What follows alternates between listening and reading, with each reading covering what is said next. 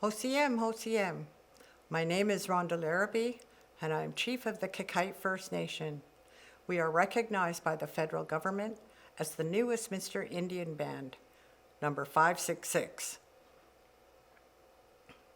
On behalf of my ancestors, I am pleased to raise my hands and welcome you to the traditional territory of the Qayqayt First Nation here in New Westminster.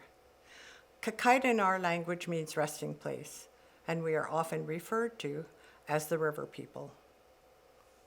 I have been asked to share our story, and I must express my appreciation and heartfelt thanks for this opportunity. Our unique story has been told many, many times in the Royal City Record, the Burnaby Now, in the National Film Board documentary called A Tribe of One, featured on CTV National, on CBC, the Vancouver Sun, and the Globe and Mail. Even after all that, I am still surprised when people come up to me and they say, "I never knew." That just shows how much work is still needed to be done. Our village in the mid-1800s was on the banks of the Fraser River, as well as many others from Yale right down to the sea. To clarify, our village was adjacent to Pier Park, which was partially destroyed by fire in September. But at that time, there was no Columbia Street, there were no railway tracks. Woodland School had not been built. It was non-existent. We fished, hunted, gathered berries, medicines, and traveled to other villages by canoe. When asked, we helped the settlers with clothing, food, waterproof baskets, tools, utensils, and transportation if they needed it. During fishing season, 2,000 to 3,000 people from upriver, from the island, and from the States would gather here at the meeting place in New Westminster. We would feast, fish, socialize. It was a clean, good, simple life. In 1858, it was announced that the city of New Westminster would become the capital of the colony of British Columbia. So we were relocated to reserves set up by Governor James Douglas across the river to the Brownsville Reserve, which is now Bridgeview, and also to the outskirts of town to 3 city lots where Kruger Paper now sits. Poplar Island was also designated as Indian Reserve, but it was basically used as a quarantine site for the First Nations people who came down with smallpox. Many unmarked grave sites are still on Poplar Island on the west side. What happened to those reserves? Well, in 1916, the McKenna-McBride Commission, which was made up of Royal Engineers and led by Colonel Moody, went around the province, and their assignment was to add to or take land from reserves that were already set up. When they got to New Westminster, the reserves were cut off. They were never surrendered. The population of Qayqayt in 1916 had been reduced to less than 100 because of smallpox. Vaccinations at that time were not allowed to be given to the First Nations people. And without an Indian agent to help with some of the necessities available to the people living on reserves, most people departed, and they were adopted by or married into other bands.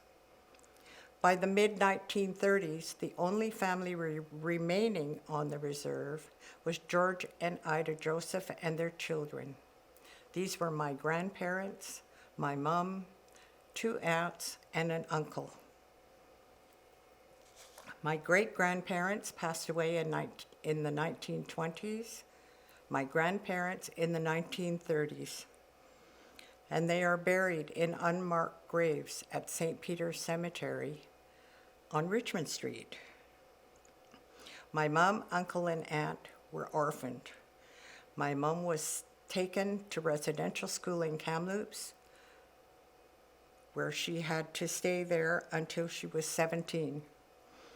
One of my aunts was adopted by a family on Musqueam Reserve in Vancouver. The other 2 siblings were in their late teens, and they had to fend for themselves, finding work wherever they could. The one and only time that my mom told me her story, it was clear that the memories were so painful, and I just felt terrible that she was in such distress and crying. She no longer spoke her language, and she was taught to believe that she should be ashamed of her Aboriginal ancestry. When she passed, I spent years researching, talking to elders, and learning about Qayqayt, the Qayqayt village, and I felt a connection to Mum. So when applying for my status card, I was registered to the New Westminster Indian Band, and the band was taken off the inactive general list of reserves and placed active.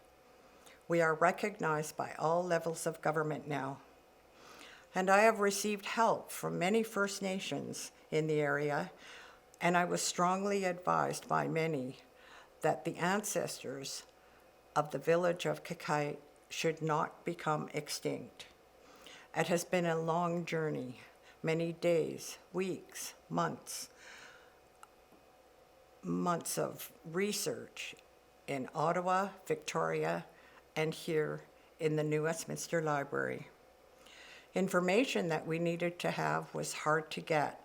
It was either lost or even non-existent. For example, band lists held by the Department of Indigenous Affairs that state who lives on different reserves may say 65 males, 72 females, 24 boys, 18 girls, with no names ever mentioned. It just seemed like a never-ending quest with still so much work to do. We are all aware of the Truth and Reconciliation recommendations. I believe that this will be a long and slow process. It may even be a longer healing process. Many things must happen, and everyone must work hard to make Truth and Reconciliation a success. There are so many issues, but I would just like to name a few that will help towards that end. There must be recognition by all in Canada of the injustices done to the First Peoples. There may be defensiveness by some, but there is no blame attached, only the revelations of the sad, heartbreaking stories and facts from the survivors of residential schools, the 60s scoop, or even the hard life on reserves. The systemic racism, the stereotypical attitudes must stop. Our children must be proud of who they are and where they came from. Having the educational systems from K to 12 and post-secondary institutions weaving our history into different age groups will create a better understanding of the past. When I'm doing classroom presentations, the children, they're so receptive and they just pepper me with question after question. That is a good sign. Many government organizations, community-based businesses, and the community at large are stepping up and listening, which brings our people hope and a path toward healing. In many parts of the country, clean, potable drinking water is not available on many reserve lands. This is Canada. This is 2020. How is this even an issue? And the last thing I would like to mention on these issues is the sad fact that there are many Indigenous children in foster care in non-Indigenous homes. Many First Nations have addressed this issue over the years. The children, they're apprehended so quickly and returned to family only after many, many court appearances by relatives who are inexperienced with these types of proceedings. Qayqayt First Nation has been deeply involved for over 25 years with the school district, as well as Douglas College and the Justice Institute of BC. We take part in many civic events and events held by community organizations and businesses. Many of our members sit on community boards of directors, and we have musicians who have performed locally, namely the Margaret Sky Project. We are also involved with the Massey Theatre and the Anvil Center. We have embraced this community wholeheartedly. The devastating fire at Pier Park has affected us all. To be able to walk alongside the river is something that we cherish. We hope, as it is rebuilt, that the lives of the people who lived here first can somehow be represented in the new structure. In 2012, we were able to file a specific claim with the federal government, and we are now in negotiations. It is a slow-moving process, but we are hopeful that we will soon be able to come home where we belong. We are hopeful. We are optimistic. We are resilient. We are still here. And we believe we have a lot to offer environmentally, economically, artistically, and socially. In closing, I hope that I have encouraged each of you to make Canada a better place for Indigenous peoples. You are all a witness to what I have said. Share this work with family, friends, co-workers, and neighbors. And thank you very much for listening. Qayqayt, Qayqayt.